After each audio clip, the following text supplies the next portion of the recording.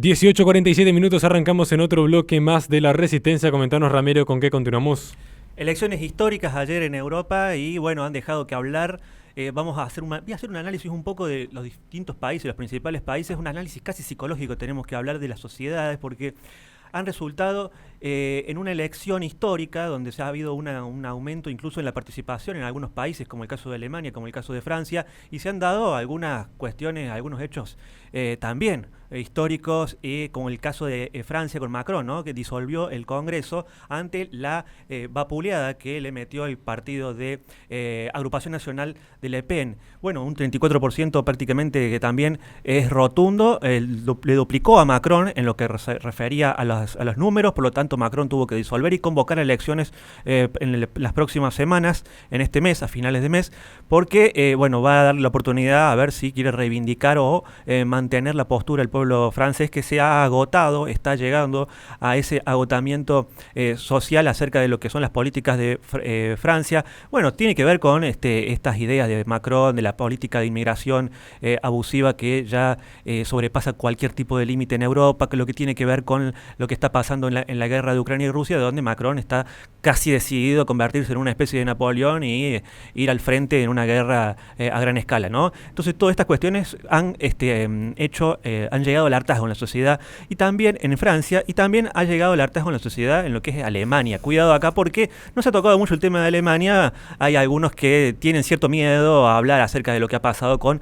Voy a hablar en términos prácticos, pero en términos que no son, no es un término despectivo, no en un sentido despectivo ni negativo, de lo que es la extrema derecha, porque voy a dividir un poco ahora lo que es la extrema derecha en un término práctico y lo que es el término de las derechas, ¿no es cierto? Porque hay algo que se está quebrando quizás en Europa, por lo que se ve, por lo que tiene mucho miedo la presidenta de la Comisión Europea, la Comisión von der Leyen, ¿no?, la señora von der Leyen, que ha salido a dar un discurso ayer mismo, ¿no? Ha salido a decir algo nerviosa. Estaba von der Leyen diciendo que el Partido Popular Europeo, porque hay partidos, para que se entienda, hay partidos a nivel nacional que conforman partidos a nivel europeo, y uno de ellos es el Partido Popular Europeo, donde ella anuncia que del partido de ella va a hacer una alianza con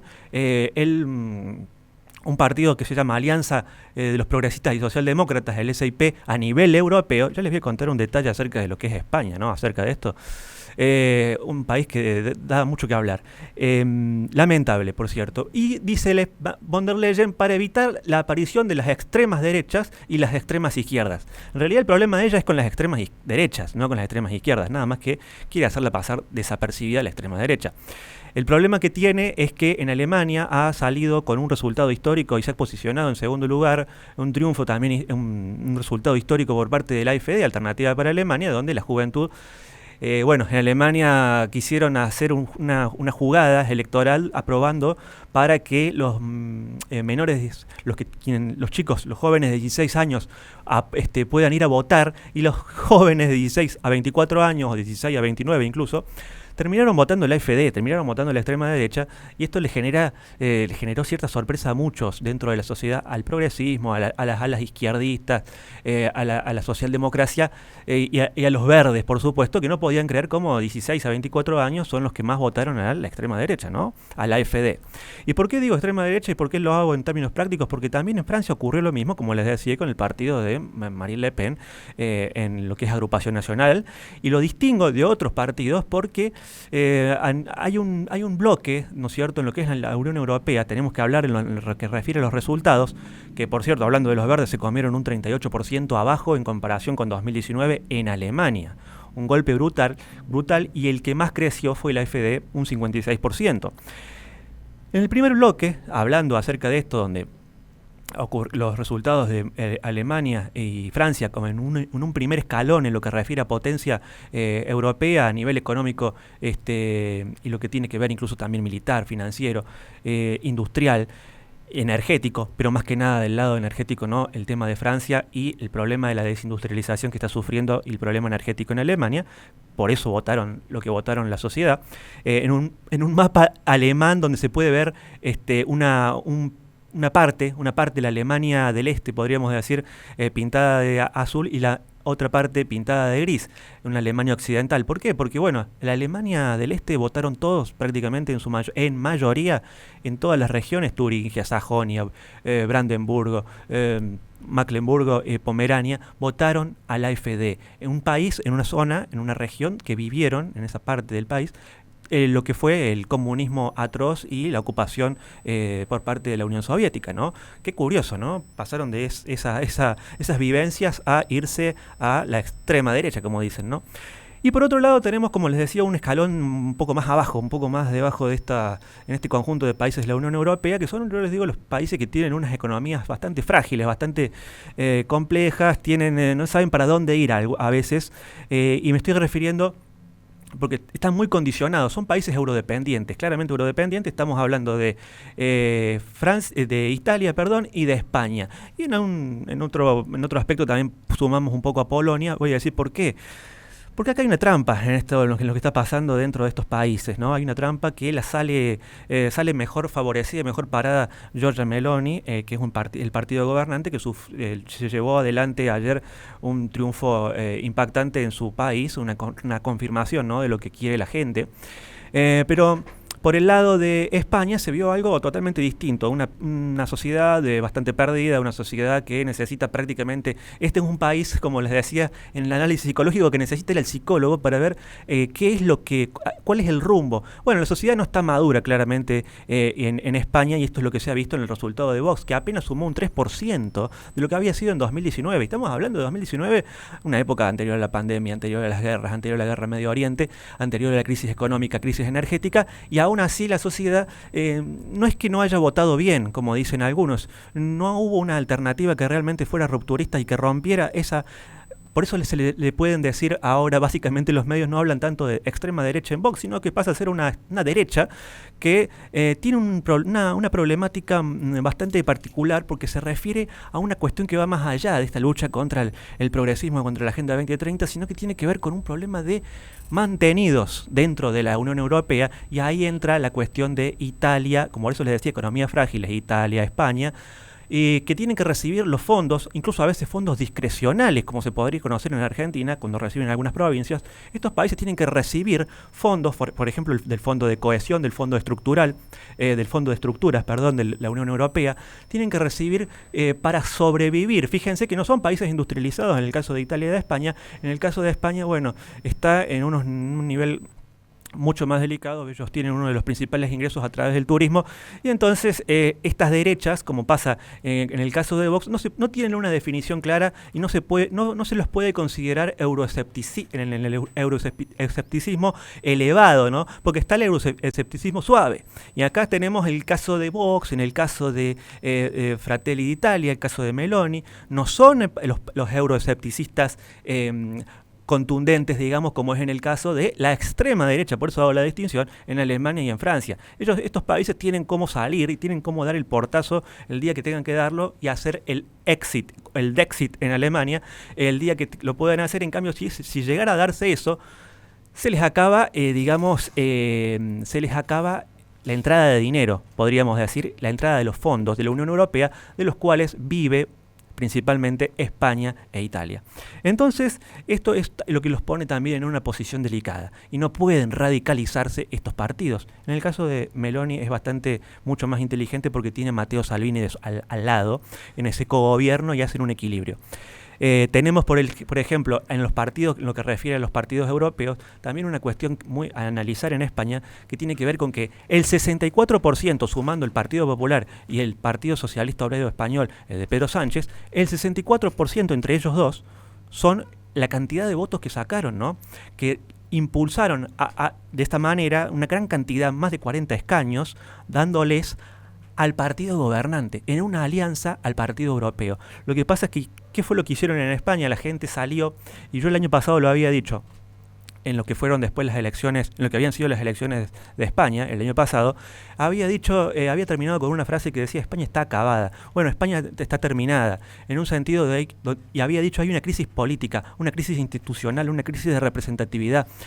Estos resultados me dieron la razón, porque Vox no ha logrado tener ese discurso que atraiga a los votantes de Podemos, que alguna vez los tuvo a nivel electoral. Por eso el año pasado perdieron escaños, perdieron votos el año pasado, porque no fueron lo suficientemente contundentes y no se animan a dar el paso de aliarse con, por ejemplo, el AfD en Alemania. Claro, pasa que si ellos se alían con el AfD, estamos hablando de casi del rompimiento de la Unión Europea por lo que es lo que propone casi el AfD, salvo que haya una vuelta de 180 grados. Por eso la extrema derecha, lo que plantea en lo que es Europa, lo que plantea la extrema derecha, tanto por ejemplo Le Pen como lo que plantea el AfD, lo que buscaba era, va a haber un cambio de 180 grados en la Unión Europea y se va a hacer un ajustazo, podríamos decirles, porque ustedes hay países que están viviendo de otros países, están viviendo de Alemania, están viviendo de Francia, entonces